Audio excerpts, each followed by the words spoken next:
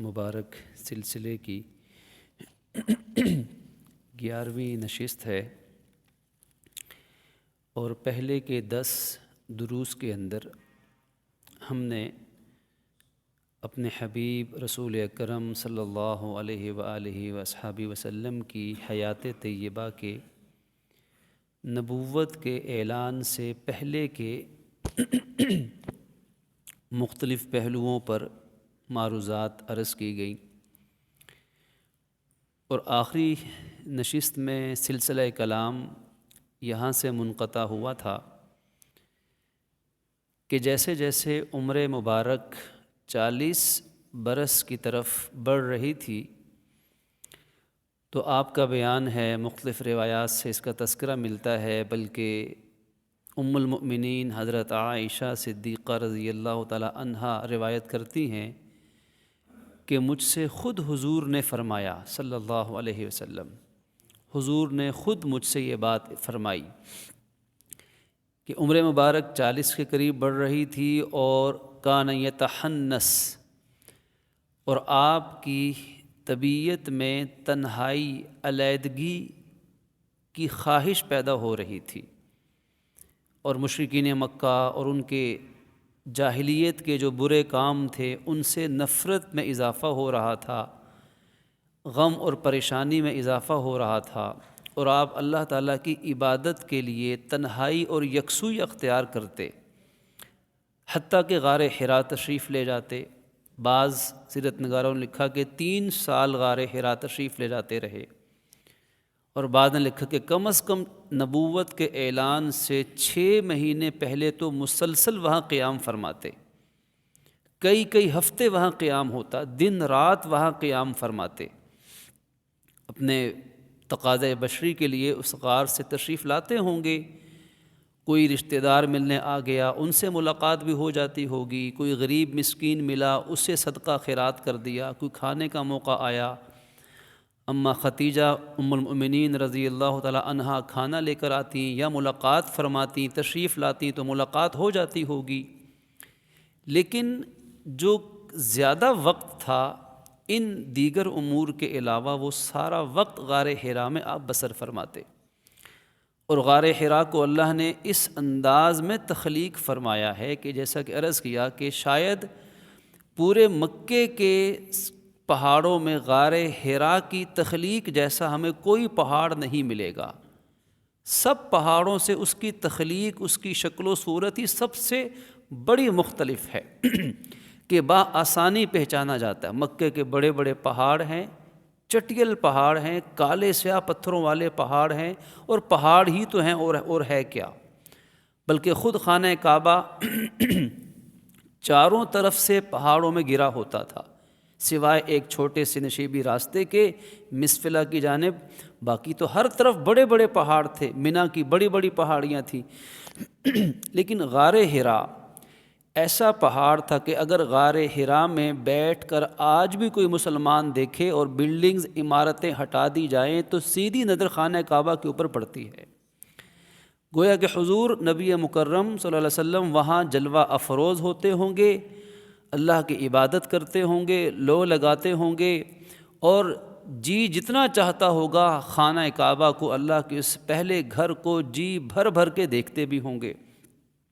اسی طرح علماء نے لکھا ہے کہ جیسے غار حرا سے خانہ کعبہ سیدھا دکھائی دیتا تھا، اسی طرح غار ثور سے بھی خانہ کعبہ سیدھا دکھائی دیتا تھا، یعنی اللہ نے ان دونوں غاروں کے اندر اپنے نبی کو بٹھانا تھا، عبادت کروانی تھی، تو اللہ نے سیدھا تعلق بنایا خانہ کعبہ کے ساتھ، بیچ میں کوئی درخت، کوئی پتھر، کوئی پہاڑی، کوئی ٹیلا، کوئی گھر حائل نہیں ہو سکتا تھا۔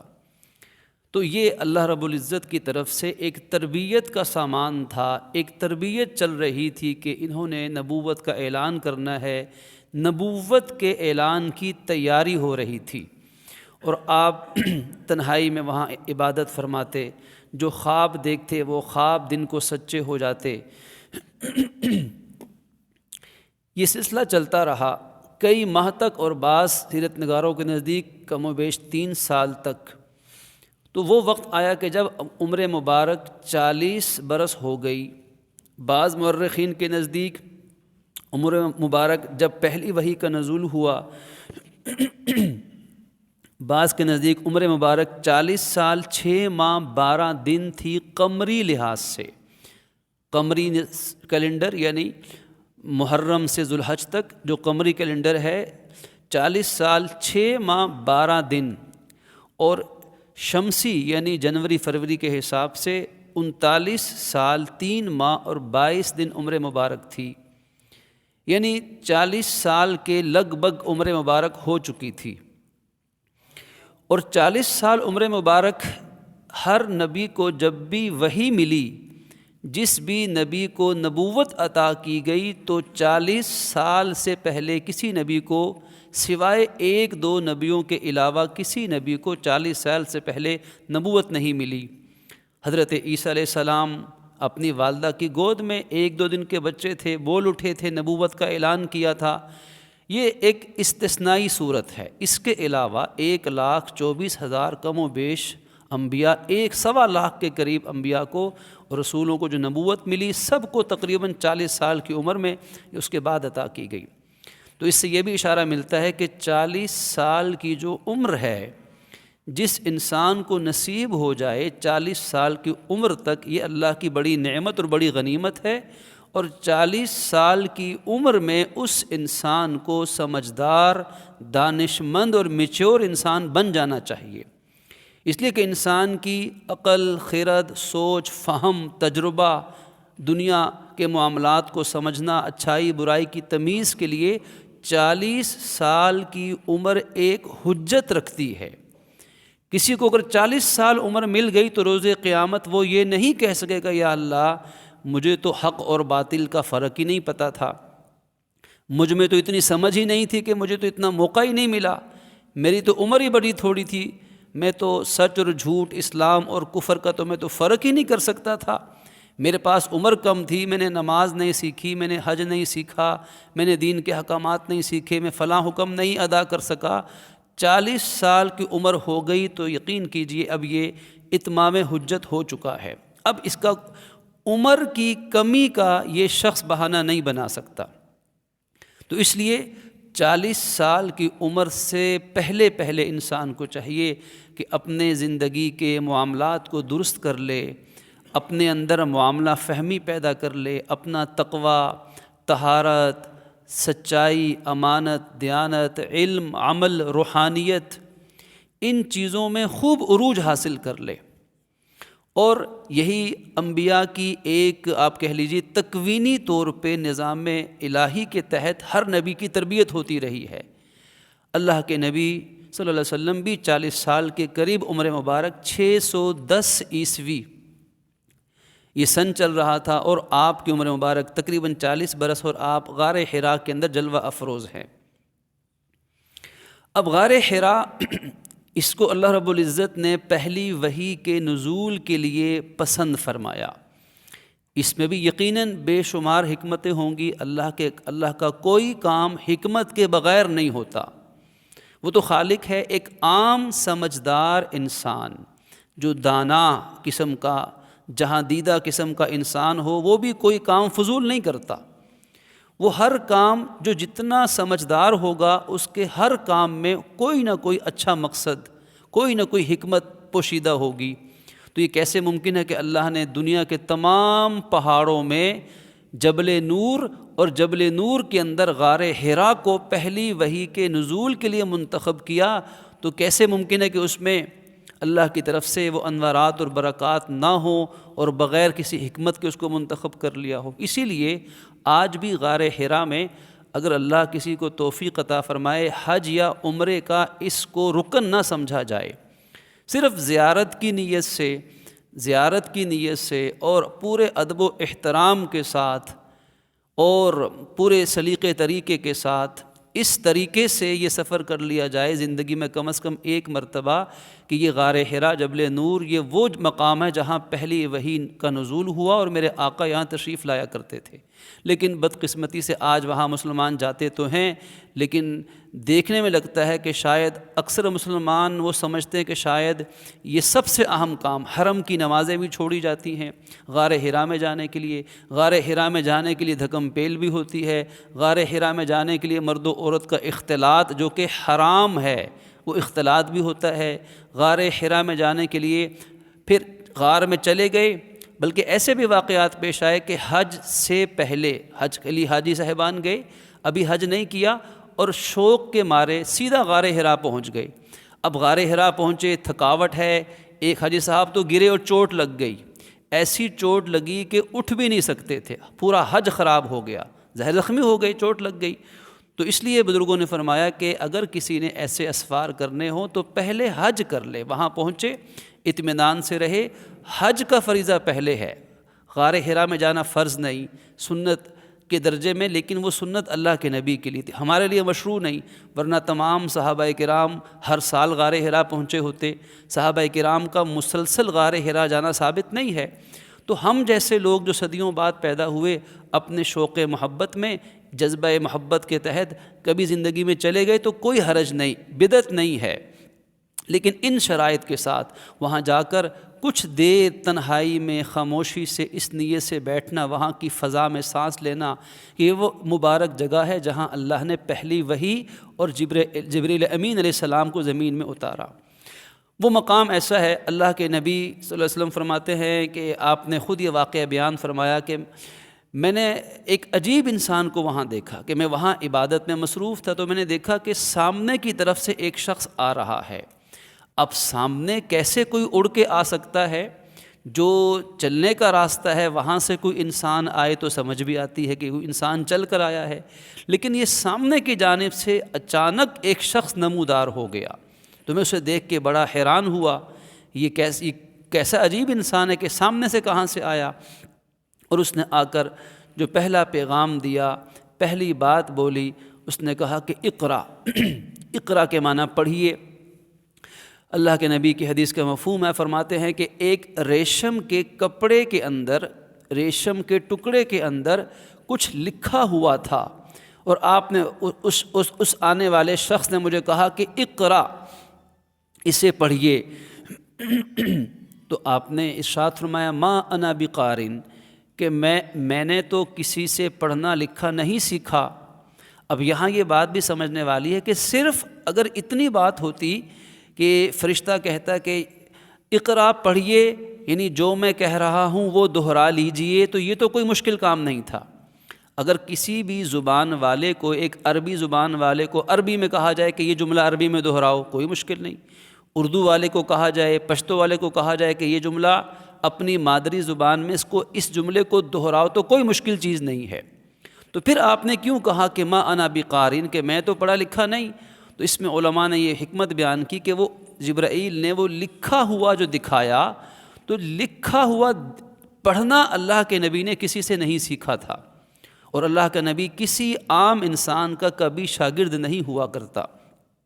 جو انسانوں کا، عام لوگوں کا شاگرد بھی ہو اور نبوت کا دعوے دار ہو تو مرزا قادیانی جیسا ملعون جھوٹا شخص تو ہو سکتا ہے، نبی نہیں ہو سکتا۔ آپ نے فرمایا ما انا بقارن، یعنی میں نے کسی سے پڑھنا لکھنا نہیں سیکھا۔ فرماتے ہیں کہ مجھے اس آنے والے شخص نے مجھے اپنے گلے سے لگایا اور خوب زور سے دبایا، پھر چھوڑ دیا، پھر کہا کہ اقرا، آپ پڑھیے۔ تو میں نے پھر عرض کی، میں نے پھر کہا کہ ما انا بقارن، میں نے کسی سے پڑھنا لکھنا نہیں سیکھا۔ انہوں نے مجھے پھر دوبارہ اپنے سینے سے لگا کے زور سے بھینچا اور چھوڑ دیا۔ پھر تیسری بار کہا کہ اقرا، آپ پڑھیے۔ تو میں نے پھر کہا کہ ما انا بقارن، کہ میں نے تو کسی سے پڑھنا لکھنا نہیں سیکھا، یعنی میں پڑھا لکھا نہیں ہوں۔ تو پھر تیسری بار پکڑ کے انہوں نے دبایا اور چھوڑ دیا، اور پھر جب کہا تو جو وہ کہتے تھے میری زبان سے بھی وہ جاری ہو جاتا تھا۔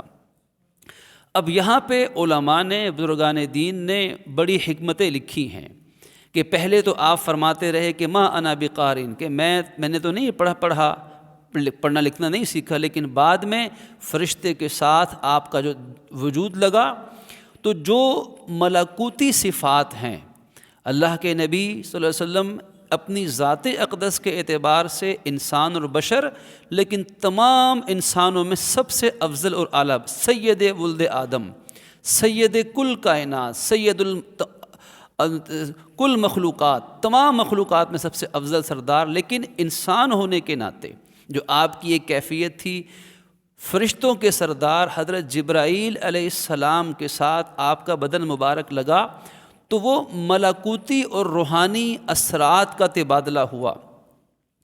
اس تبادلے سے، اس ملابست کے ساتھ، اس تعلق کے بننے کے ساتھ جو اللہ کا ایک تکوینی روحانی نظام ہوگا، جس کو ہم لوگ کیا سمجھیں، لیکن کچھ کوئی نظام ایسا چلا ہے، اس نظام کے بعد پھر اللہ کے نبی نے جو آپ نے پڑھنا شروع کیا تو حضور نے بھی اسی آیت کو تلاوت کیا، اور سورہ علق کی جو 30ویں پارے کی صورت ہے، سورہ علق، سورہ اقرا بھی اسے کہہ دیا جاتا ہے، اس کی پہلی 5 آیات اس موقع پر نازل ہوئیں جو اسلام کی پہلی وحی ہیں، جو سب سے پہلی اترنے والی وحی۔ اب یہاں ایک لمحے کے لیے، 1 منٹ کے لیے رک کے پھر سوچئے گا کہ یہ وحی کتنے عرصے بعد اتری، وحی ہوتی کیا ہے؟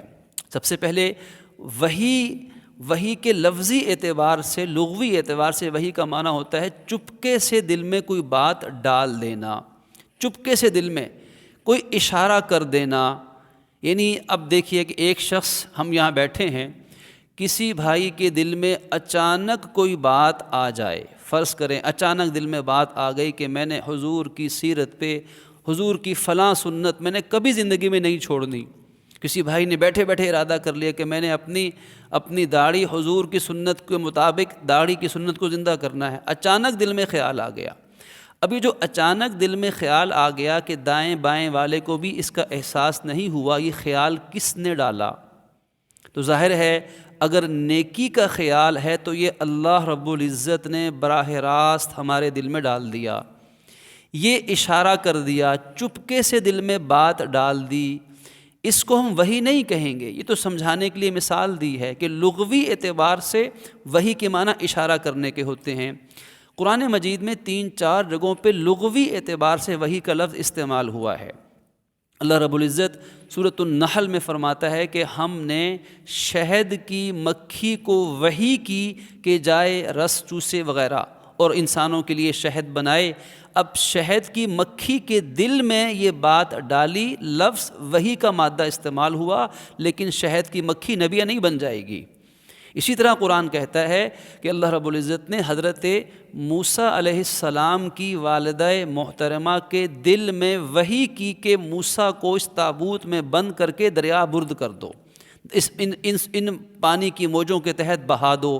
وہاں قرآن نے وحی کا لفظ استعمال کیا۔ حضرت موسیٰ علیہ السلام کی والدہ نبیہ نہیں ہیں، لیکن لفظ وحی کا لغوی اعتبار سے۔ اور تیسری بڑی عجیب مثال، قرآن کہتا ہے کہ جو شیاطین ہیں، شیطان، جنات، یہ اپنے دوستوں کے دلوں میں وحی کرتے ہیں۔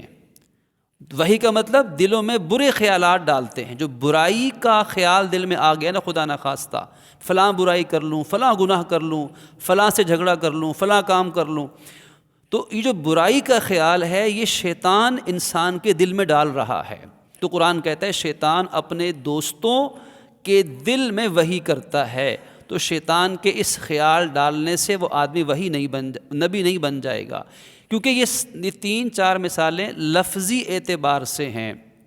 تو لفظی اعتبار سے وحی کے معنی اشارہ کرنا، چپکے سے دل میں بات ڈالنا، لیکن اسلامی اعتبار سے وحی کہا جاتا ہے اس اللہ رب العزت کے پیغام کو۔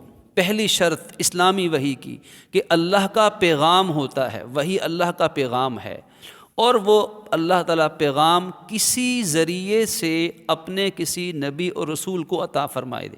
تو 3 شرطیں ہیں، پیغام الہی، کسی ذریعے سے نبی کو یا رسول کو اللہ عطا فرمائے، اس پیغام کو وحی کہا جاتا ہے۔ اور اس پیغام کو نبی پر اتارنے کا مقصد یہ ہوتا ہے کہ نبی اس پیغام کو امت اور انسانوں کی طرف پہنچا دیں۔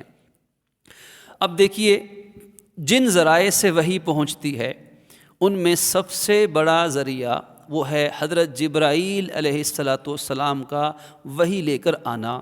حضرت جبرائیل علیہ السلام وہ 1.25 لاکھ نبیوں پر وحی لاتے رہے ہیں اللہ کے حکم سے۔ آپ سید الملائکہ، فرشتوں کے سردار، آپ روح الامین، آپ امانت دار روح ہیں، آپ روح القدس ہیں، مقدس روح ہیں۔ تو حضرت جبرائیل کا بڑا کام وحی لانا تھا۔ کبھی وحی آتی ہے خواب کی صورت میں، اور یہاں بھی ایسا ہی ہوا۔ بعض مورخین کہتے ہیں کہ آپ کے اوپر پہلی وحی اتری ہے ربیع الاول کے مہینے میں۔ اب مشہور قول تو ہم نے یہی سنا ہوگا کہ رمضان میں وحی اتری، لیکن بعض سیرت نگاروں نے لکھا ہے کہ پہلی وحی جو آپ پر اتری وہ ربیع الاول کے مہینے میں اتری، اور بعض نے لکھا ہے کہ پہلی وحی رمضان کے مہینے میں اتری۔ اب رمضان کی تاریخ کون سی تھی؟ کسی نے کہا 17 رمضان، کسی نے کہا 21 رمضان المبارک۔ تو بہرکیف ربیع الاول اور رمضان المبارک، ان 2 مہینوں میں پہلی وحی کے نزول کا تذکرہ ملتا ہے۔ اب ان میں تطبیق کیسے ہو، ان کو کیسے جوڑا جائے کہ ان میں سے صحیح بات کیا ہے؟ یہ دونوں باتیں اپنی جگہ پر ٹھیک ہیں۔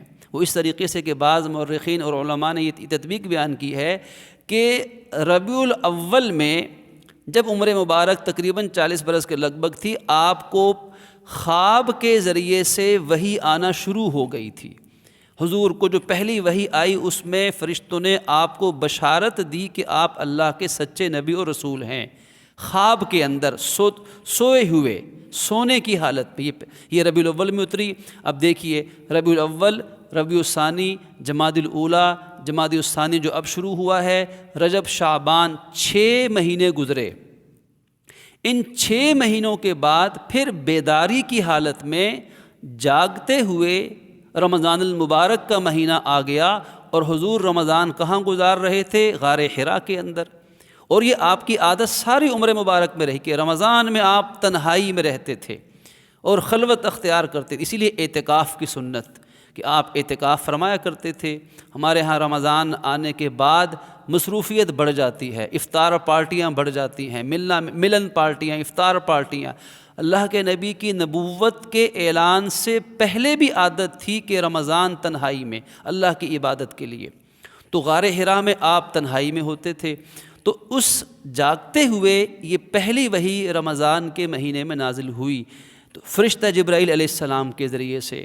تو گویا کہ بشارت تو ربیع الاول میں مل چکی تھی، پیر کا دن سوموار، لیکن جاگتے ہوئے جو قرآن کی وحی ہے، جس کو قرآن کہیں گے، یہ قرآن کی وحی جاگتے ہوئے پہلی وحی غار حرا میں اور رمضان المبارک کے مہینے کے اندر۔ اسی لیے قرآن نے کہا کہ انا انزلناہ فی لیلۃ القدر، ہم نے اس کو شب قدر میں اتارا۔ شب قدر یقیناً رمضان میں ہے غالب گمان کے مطابق۔ کہیں قرآن نے کہا شہر رمضان الذی انزل فیہ القرآن، یہ رمضان وہی مہینہ ہے جس میں اللہ نے قرآن اتارا ہے۔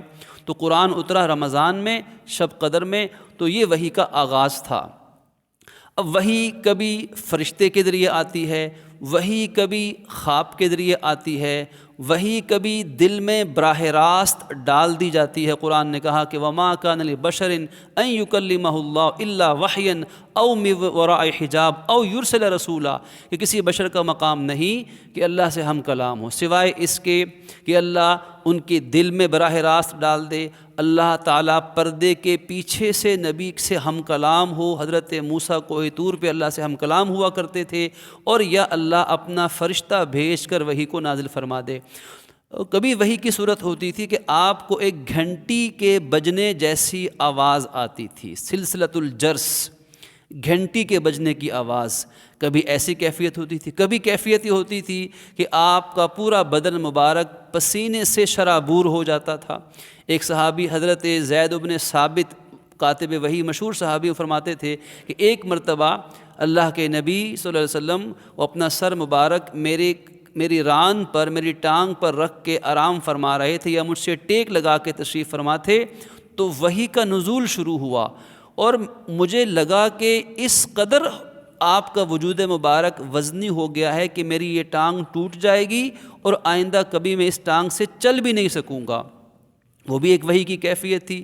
بسا اوقات آپ کسی اونٹنی پہ سوار ہوتے اور وحی کا نزول ہو جاتا تو صحابہ فرماتے ہیں وحی کے نزول کا ایسا بوجھ ہوتا کہ وہ اونٹ بھی کھڑا نہ رہ سکتا اور مجبوراً اس کو بیٹھنا پڑ جاتا۔ تو یہ وحی کیا ہے؟ اصل میں یہ وحی اللہ رب العزت کا اپنے نبی اور رسول کے ساتھ ایک براہ راست ایک تعلق ہے۔ اس تعلق میں بیچ میں کئی واسطے ہیں، ان واسطوں کے ذریعے سے یا براہ راست اللہ اپنا پیغام نبی کو عطا فرماتا ہے۔ یہ وحی صرف اور صرف نبی اور رسول پہ نازل ہو سکتی ہے، نہ کسی صحابی پر، نہ کسی ولی پر، نہ کسی غوث پر، نہ کسی قطب پر، نہ کسی ابدال پر، نہ کسی جنات پر، کسی شخص پر یہ وحی نہیں اتر سکتی۔ یہ وحی صرف اور صرف انبیاء کرام علیہم السلام کا خاصہ ہے۔ ان کے علاوہ یہ وحی کے نزول کا جو بھی دعویٰ کرے گا وہ جھوٹا اور وہ شخص کذاب ہوگا۔ جب اللہ کے نبی دنیا سے پردہ فرما گئے تو اللہ نے یہ وحی کا سلسلہ بھی منقطع فرما دیا۔ حضور کے دنیا سے پردہ فرمانے کے بعد سے آج اور آج سے قیامت تک یہ والی وحی کسی دوسرے بندے پہ نہیں اتر سکتی، یہ نبیوں کا خاصہ ہے۔ تو یہ جو پہلی وحی کا نزول ہے، اس پہلی وحی کے نزول کے بعد اللہ کے نبی صلی اللہ علیہ وسلم پر پہلی 5 آیات سورہ علق کی نازل ہوئی۔ اقرأ بسم ربک الذی خلق خلق الانسان من علق اقرأ وربک الاکرم الذی علم بالقلم علم الانسان ما لم یعلم صدق اللہ العظیم۔ 2 مرتبہ خالق کہتا ہے پڑھو پڑھو، کہیں خالق کہتا ہے الذی علم بالقلم، جس نے انسان کو قلم سے پڑھنا تعلیم عطا کی، ما لم یعلم، وہ انسان کو علم دیا جو انسان کو پتہ ہی نہیں تھا۔ تو گویا کہ پہلی وحی جو 550 سال یا 500 سال یا 450 سال کے بعد اتری، حضرت عیسیٰ علیہ السلام کے زندہ آسمانوں پہ اٹھائے جانے کے بعد، اس 450 سال کم از کم دورانیے کے بعد اللہ نے جب اپنے بندے تک پہلا پیغام دیا تو وہ پیغام ہی پڑھنے کا تھا، وہ پیغام ہی تعلیم کا تھا، وہ پیغام ہی سیکھنے کا تھا، وہ پیغام ہی لکھنے کا تھا۔ اب دیکھیے نا، وہی نماز کی بھی تو آ سکتی تھی، لوگ نماز نہیں پڑھتے تھے، وہ حج کی بھی آ سکتی تھی، لوگوں نے حج کو خراب کر ڈالا تھا، شرک کی نفی کی بھی آ سکتی تھی، سارے 360 بت لا کے رکھے تھے، لوگ شراب بھی پیتے تھے، جوا بھی کھیلتے تھے، شرطیں بھی لگاتے تھے، سارے برائیاں کرتے تھے، لیکن پہلی وحی اللہ نے اتاری ہے تعلیم کی، علم کی، پڑھنے کی، پڑھانے کی، اس لیے کہ تمام معاشرے کی اصلاح اور کامیابی اسی چیز کے اندر منحصر ہے۔ جس قوم کو پڑھنے کی عادت پڑ جائے گی، جس قوم میں تعلیم اور تعلم کا رواج پڑ جائے گا، جو قوم سوچنا سمجھنا شروع کر دے گی، اس قوم کے اندر ساری اچھائیاں آہستہ آہستہ پیدا ہوں گی، ساری برائیاں ختم ہو جائیں گی۔ اب دیکھیے، صلیبی جنگوں سے پہلے پوری امت مسلمہ پوری دنیا پہ غالب تھی۔ یہ قرطبہ، بغداد کی یونیورسٹیاں پوری دنیا کے تعلیم و تعلم کا مرکز تھیں، صرف قرآن حدیث نہیں پڑھتے تھے، دنیا کے تمام سائنسی علوم، تمام جدید فنون یہاں پڑھائی سکھائے جاتے تھے۔ لیکن صلیبی جنگوں کے بعد ان صلیبیوں نے سمجھ لیا کہ ہم ان کے ساتھ جنگ کر کے نہیں جیت سکتے، انہوں نے تلوار رکھی اور قلم اٹھا لیا، انہوں نے پڑھنا لکھنا شروع کر دیا، اور چند 100 سالوں کے بعد وہ پوری دنیا پہ غالب انقلاب آ چکا ہے۔ تو تعلیم و تعلم یہ ہمارے دین کا سب سے پہلا حکم ہے۔ ایک مسلمان کو دین کا علم اور انسانیت کا علم، وحی کا علم سیکھنا چاہیے۔ اس کے بعد کی تفصیلات انشاءاللہ آئندہ نشست میں اللہ رب العزت ہمیں اپنے حبیب صلی اللہ علیہ وسلم کی ایک ایک سنت کو اور سیرت کے ایک ایک پہلو کو ہمیں سمجھنے کی توفیق عطا فرمائے۔ وآخر دعوانا ان الحمد للہ رب العالمین۔ الحمد للہ رب العالمین والعاقبۃ للمتقین والصلاة والسلام علی رسولہ محمد وآلہ واصحابہ اجمعین۔ یا الہ العالمین، اپنی رحمت سے ہماری خطاؤں کو معاف فرما دیجیے۔ یا اللہ، اپنے اس مبارک علم کا نور ہمیں بھی نصیب فرما دیجیے۔ اپنے حبیب صلی اللہ علیہ وآلہ وسلم کو، آپ کے اصحاب کو، آپ کی ازواج مطہرات کو، آپ کی آل پاک کو، اور ان سے لے کر آج تک امت مسلمہ نے یہ دین کا علم جو ہم تک پہنچایا، ان تمام سلسلوں کو، ان تمام احباب کو بہت بہت جزائے خیر عطا فرما دیجیے۔ اور یا اللہ اس علم نبوت کو اب ہمیں بھی سنبھالنے کی توفیق عطا فرمائیے اور ہمیں آگے پہنچانے کی بھی توفیق عطا فرمائیے، اور اس علم نبوت کے ذریعے سے ہمارے گھروں میں سکون عطا فرمائیے، ہم اس کی برکت سے ہمیں دین پہ استقامت عطا فرمائیے، ہماری مشکلات اور مسائل کو حل فرما دیجیے، ہمارے ظاہر اور باطن کو پاکیزگیاں عطا فرما دیجیے۔ پروردگار عالم ہم میں سے ہر ایک کو حرمین شریفین کی بار بار کی مقبول حاضری نصیب فرما دیجیے۔ اللہم انت السلام ومنک السلام، تبارکت یا ذا الجلال والاکرام، آمین وبرحمتک یا ارحم الراحمین۔